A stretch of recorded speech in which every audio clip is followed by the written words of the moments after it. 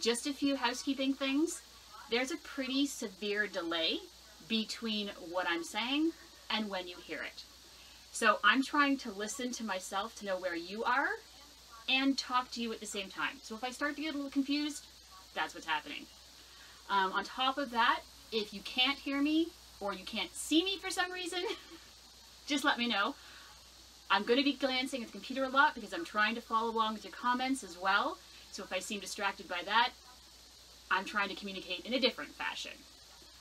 All right, so a lot of you know me already, or you've been in contact with me in some way, shape, or form in the past, at least 3 years or so. So my name is Pam, and I am the author of Hillary's Cabbage Patch Clothes Closet, and this is Hillary. She got dressed up for Halloween. I'm afraid my costume is not ready yet. Hers came in a lot just a couple weeks ago. Hillary was my first Cabbage Patch Kid, and I've had her since I was in kindergarten, I think. So she's pretty special to me, so she got to dress up today. Yeah, it's pretty severe. The time delay Lee was mentioning. So just to give you an idea of what we're going to cover today, or what I'm going to cover today, I'm going to describe my project, which a lot of you are familiar with, but some might still be learning about, tell you how you can help me with it, the benefits of my project to you, and then we're going to go on and to what my final goal with this project is, because as wonderful as my blog has turned out to be, it really isn't my final goal for the information that you guys are providing me. Then we're going to go into what I hope will be the really fun part of this presentation, and that's you guys asking me questions. I could have put together something and just went, oh, let's assume they want to hear about world traveler outfits. I don't know. But I figured it would be better to just answer your questions based on what you're really interested in. So, the project itself started a couple of years ago when I noticed that all of the outfits seem to have information on the tags. Now, by tags, I'm not referring to the little silky thing that's on the shoulder. That's the silk label. Get your terminology right here, people. What I'm talking about is the little white silky tag inside the outfit itself. That tag had, of course, the factory label on it, but it also had this other funky number letter combination on it. And I started to notice a little bit of a pattern. So I asked around, and nobody really seemed to know, or let's be honest, care what it was. I'm a little different. I cared. For some reason, I wanted to know what it meant. So I started to track it. I started with the original 20 outfits. So when I started this project, it was supposed to be about 20 outfits. How many versions of them were there? I found out really quickly, thanks Carolyn, that there's a lot more than just 20 outfits. Way more than just 20 outfits. And I ended up in a landslide. So I started to track them. I started a spreadsheet, and I started to ask people to help me because I didn't have all the outfits that I needed the tag information for. So that's kind of where the project started. Basically, when it comes down to it, on the tag, there is, of course, the factory information in the little circle. For those of you who are new, I'm going to get up real close and see if you can see this. I don't know if you can. The little circle, that's the factory code. It's typically a couple of letters, and it tells you which factory made the outfit and where it was made. Then, sometimes on the other side, sometimes on the same side, there's a letter and number combination. Here we go again. This one says 4K. Can you see it? Okay. As it turns out, the letter or the number tells you the type of outfit. So this is one number. This is a different number. This is a pinafore dress. This is a yoke dress. The letter corresponds to the pattern or the color of the outfit. So, being the A-type personality that I am, I had to find out how many of each outfit there were and how many combinations there were. So that's kind of where it started. Coleco was not the most consistent when it came to creating their outfits, and as it turned out, the factories weren't that consistent with how they created their outfits. There are factory differences all over the place. Then you add in the fact that there were foreign factories, and some factories only produced for a short period of time, and some produced one outfit but didn't produce the other outfit, and some got sold in packages and some didn't, and the whole thing blew up in my face. So, my goal is to collect the information on every single outfit out there. Every single different outfit, every single color variation of that outfit, and every single factory variation of the outfit. So for instance, I have one outfit that's red and white check swing dress, made by 3 different factories, and all 3 look slightly different.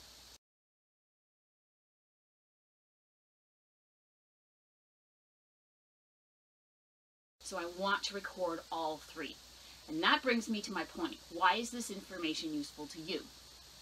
Because it allows you, by looking at the outfit, to get a better understanding of whether that outfit was original to the doll, whether the outfit could have come on that doll, in the sense that, is it from the right time period? If you have an outfit that came out in 1987 on a doll from 1985, they didn't come together. They may look good, but they didn't come together.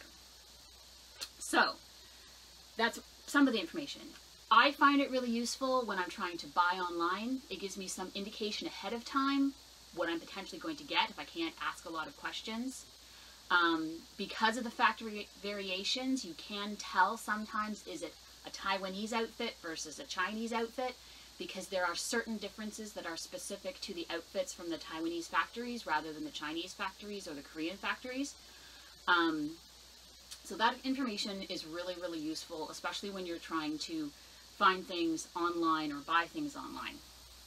The ultimate goal for this is to design a website so that if you only had one piece of an outfit, say the pants or the undershirt, you could look up that particular piece and figure out which outfit it's supposed to go with. And then that outfit would tell you which years it was produced, what colors it came in, the other pieces that would go with it. However, that's an undertaking that's going to take a lot of time and probably more money than I have at the moment. So, for right now, I'm working with the blog, and the blog itself has been really great because it's allowed me to really consolidate a lot of the information that you guys have sent me with the pictures of the tags. So, I'm using the blog to kind of teach myself as I teach you, which is fantastic, and the response to it has been great. Thank you very much. But the ultimate goal, as I say, is eventually to create a website that will allow anyone and everyone to go on and say, is it Cabbage Patch, and what does it go with? And just search really easily. So is it a blue shirt? Great, here's your options. Which one does it look like? Click on it, you've got it. But in order to do that, I have to have all of the information I possibly can to populate the website, and that's my goal right there. So that nobody has a piece that doesn't match and is really a Cabbage Patch thing they can't find. So, I need your help. I need those pictures. I have tons of people who have been so well trained. It's great. But everybody's contributions are welcome. I constantly have people calling me, asking me, do you have this one? Well, the problem is, it may look like one I have, but what if it's a factory I don't have? Or, what if it's the same factory, but they did it in 2 different versions, and yours is slightly different? So, really, my recommendation for that is, just send it. If I don't need it, I just won't save it. I appreciate the time you're putting into it, but it would probably take us longer to figure out if I have it or not than for you to just take the pictures, especially if it's like sitting on your desk for whatever reason, or on your bed or whatever. So if you think I need it, please send it. On the other hand, for the first 20 outfits and for some of the preemie outfits, I have got spreadsheet laid out of what I do have. So those, you can check those if you want. Now, we're getting to the fun part. We're not quite there yet. I just wanted to say thank you to all the people who have mentored me. There are a lot of people who are immensely knowledgeable about these clothes in ways that I will never be. They are much better with things like, is it hard to find? You know, what's the value? That sort of thing. That's really not where I've been focusing, partially because I just can't keep it all in my head. And partially because it's not really relevant to what I'm doing. I can provide you with an idea of whether or not it's hard to find, but I can only do it, yes, Leah, for a very long time. So anyway, I'm willing to answer questions when it comes to, is something hard to find, but I can only answer that from my perspective. There might be other collectors that disagree, and it might be geographic too. I've noticed that some things are more prevalent in some areas than others. I'm not going to answer value questions because that changes, and I'm Canadian, and what I pay for something is going to be completely different than someone in the UK or the States or whatever. So, just a little bit of housekeeping before we get started. Everything I'm telling you right now is a theory. It's something that I can see based on a trend in the information that I have been given, but because I have absolutely no documentation from Coleco, I can't prove any of this. I can make an assumption based on the data, but I can't prove it. So feel free to send me information that completely blows my theories out of the water, because those are a lot of fun. When it comes to the blog, I am still editing through my posts because I have got additional information and I am learning to use WordPress as I go, so I've developed a bit more skill there, so hopefully the blog will become a little bit more navigable as we go. I will give you a little tour of my closet while you're doing that. So I did the bag your clothes, I did the bucket the clothes, I did the how do you keep the clothes all together. This has been the easiest solution for me, but I'm an active collector and I'm constantly going through my clothes and using them. If you're not accessing them in the same way, this may not necessarily be for you. It's also a space constraint. So I have my closet. Close-ups you don't need. This is my Cabbage Patch closet. It's an IKEA bookshelf with pressure bars, like you see in the bathroom. 2 of them. I've hung everything that I need access to in an immediate fashion.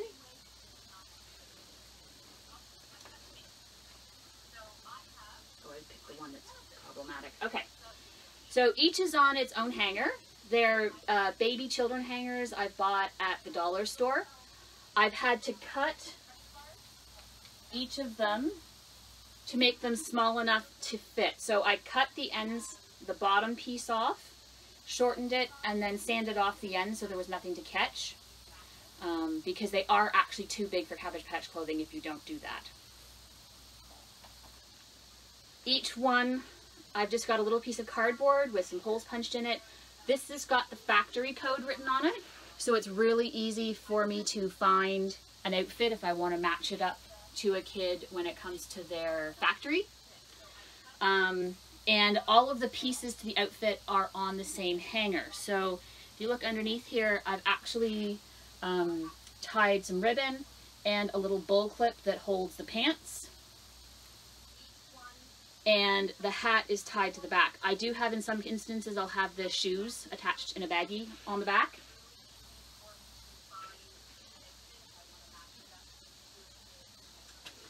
The other thing I've done with this particular closet, just because I happen to have the opportunity to do it, this is my shoe shelf. It's an extra shelf that I had, and it just slides in and out on top of the one that's in there.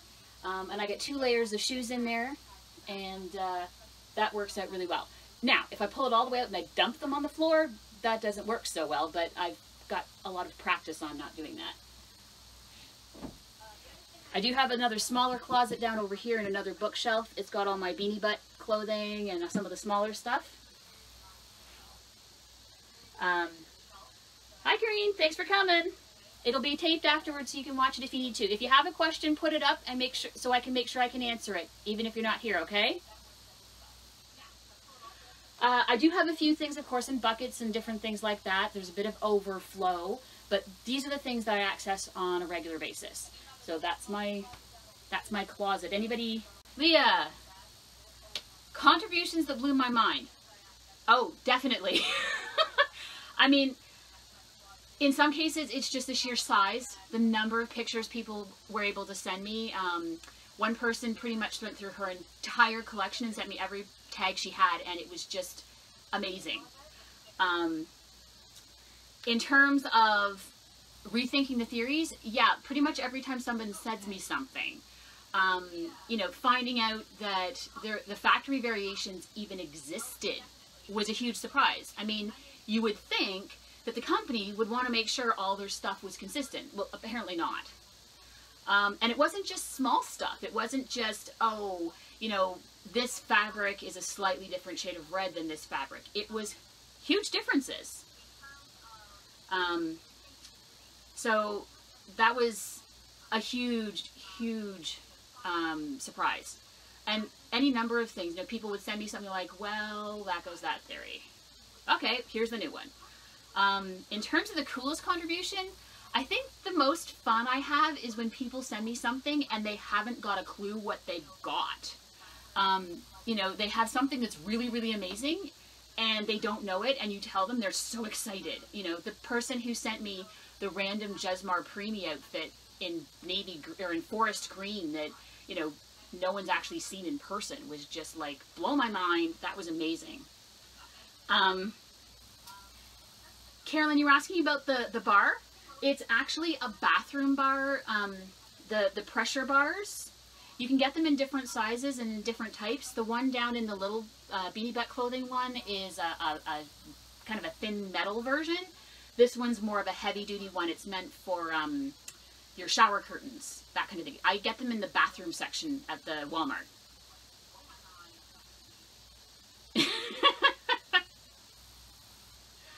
So, and I think one of the other biggest surprises I had was finding out that there were more casual wear line outfits than, as far as I could tell, anybody actually knew about.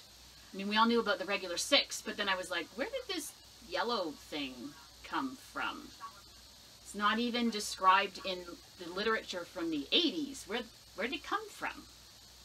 So those kind of surprises are absolutely amazing. The other thing that really surprised me was to find out that the bears and the cats and the dogs were part of the Matrix. And the furskins. Some of the furskin outfits are actually on the Matrix. So if you have furskins or Cabbage Patch dogs or Cabbage Patch cats, you might have a kitty. She was a disappointment though, because her previous owner cut her tagger off. So I couldn't get her tag information. So if you have her sister or her twin, I'd love to get the tags. Because they belong in it too. The other thing that was really surprising was how many additional things had their factory codes on them. So pacifiers, both Beanie Butt and the regular, have their factory code on the area that connects the top part to the bottom part, the flattish section. There's a code on that, unless they're foreign and then they're blank. And the shoes have it inside on the bottom of the heel, so you can match your shoes. The astronaut outfit helmets are even labeled. There was a point where they had so many specialty outfits and the specialty kids weren't selling very well.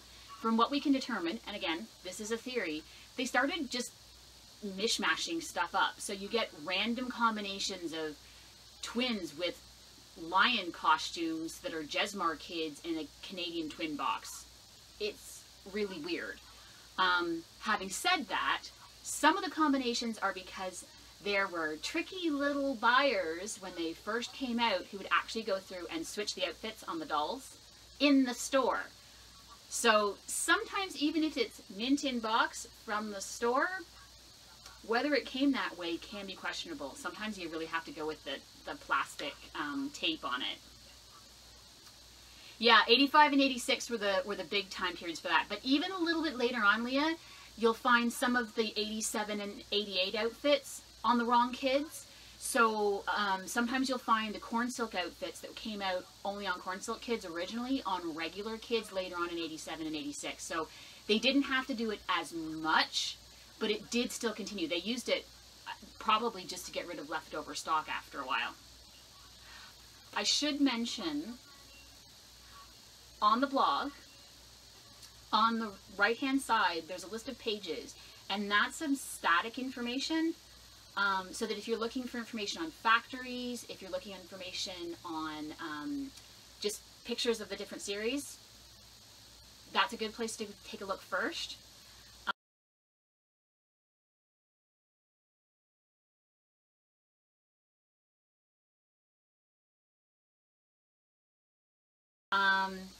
Now, let's see here. Twins were split up. Yes. So, well, it's not that the twins were split up and put into single boxes. It's that they used the twin outfits on regular kids in single boxes. And that's part of that mishmash we were talking about in 86 and 85. They just had so many twin outfits, and the twins weren't selling, that they had to eventually get rid of them in some way, shape, or form. So for those of you who are wondering what twin outfits look like, I have some of the dresses here. So these are some of the girls' dresses. These dresses actually came out in two different versions. There was a shiny sateen version like this, and a more matte version that had a velveteen bow on it, which was very confusing when I first started because they have the same bloody code number. Drove me crazy.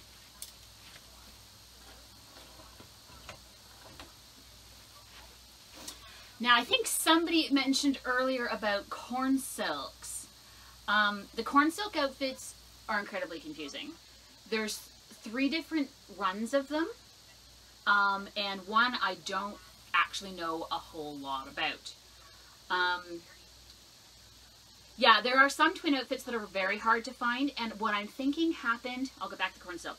So, from what I can determine, some of the twin outfits have 2 colors to a code, and my theory is that at some point they ran out of the fabric for the first one and they were still doing the run, so they needed more fabric to finish it. So they finished it with a burnt orange or a darker burgundy or a brown instead of whatever the original color was. So there are certain colors that are harder to find, and it makes it confusing because they actually there's 2 different colors that have the same code. I've noticed that's the most prevalent with the velveteen outfits, the dresses and the pants, or the little boys' romper outfits. So those, yeah, there are some colors that are harder to find. And let me just pull up here and I'll see if I can point out some examples. I just have to pull up the right spot. Here we go. So, the velour outfits, there's a burnt orange. The burgundy seems to be the harder to find. And then the golden yellow, there's a lemon yellow. So those 2, I'm not sure which of those 2 is the harder to find, the gold yellow or the lemon yellow, but they are there. Well, yes, that's true, Lenny. Some girls, boys became girls.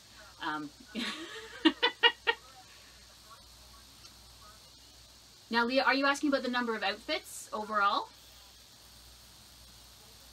Yeah, the twins didn't seem to sell very well. I think it was just the additional cost of having 2 in one box. They were beautiful, but they just cost too much at the time. And that was the problem they had with a lot of the specialty kids, the World Travelers and those. They just cost too much and people weren't buying them, and they ended up with all these outfits left over. Now, unfortunately, I can only see the last 4 comments. So if I've missed your comment, try... Yeah, I think it's the yellow gold too, Leah. I think the yellow gold is the harder to find. Yeah, so with the Cornsilks, there's a couple of different series. The original one is a set of really pretty little dresses. There's 6 or 8 in that one. I forget exactly how many. And it's pretty straightforward. They only came on the Cornsilk kids. Then they switched it up a little bit later in the year, and they came out with these wacky outfits, and they had all these different colors and all these different layers. They were absolutely amazing. I've actually got a young lady here with one on. So this young lady has it on.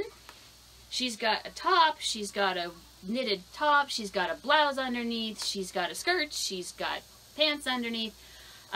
There's a zillion parts to this. And these outfits are a nightmare to record. Because of course, you only have one piece. Or you only have two pieces. And when you do have multiple pieces, how the heck do you know which pieces go together?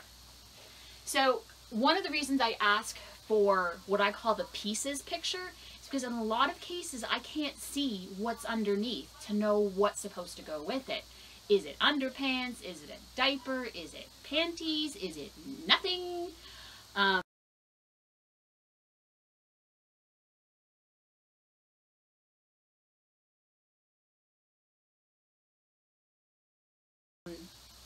You know, I want to know what shoes come with the outfit because that's very important. So in most cases, a specific kind of shoe, and in some cases, a specific color of shoe came with each particular outfit. So in order to really be complete, I need that information. So that's why those pieces shots are so important. I love seeing the outfits on the kids because they're adorable, but I really need that split up. And it's also going to be very important when it comes to the final project of putting it on the website, because the person needs to say, that's the object that I have. That's the shirt I have.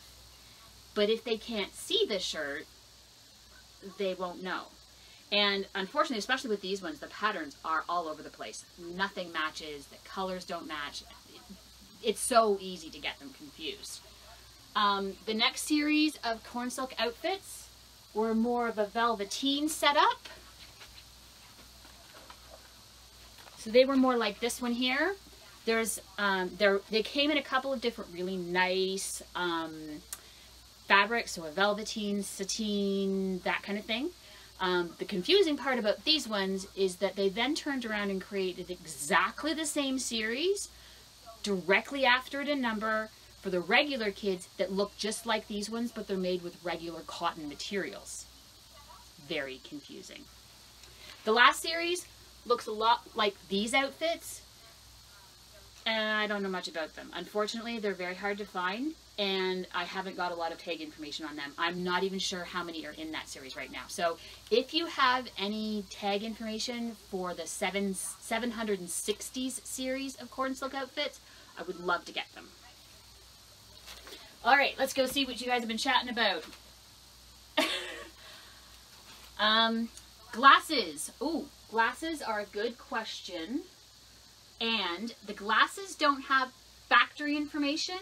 Ironically enough, they say made in the USA on them, which has been a bit of a confusion because there is a line of clothes that have tags that say made in the USA.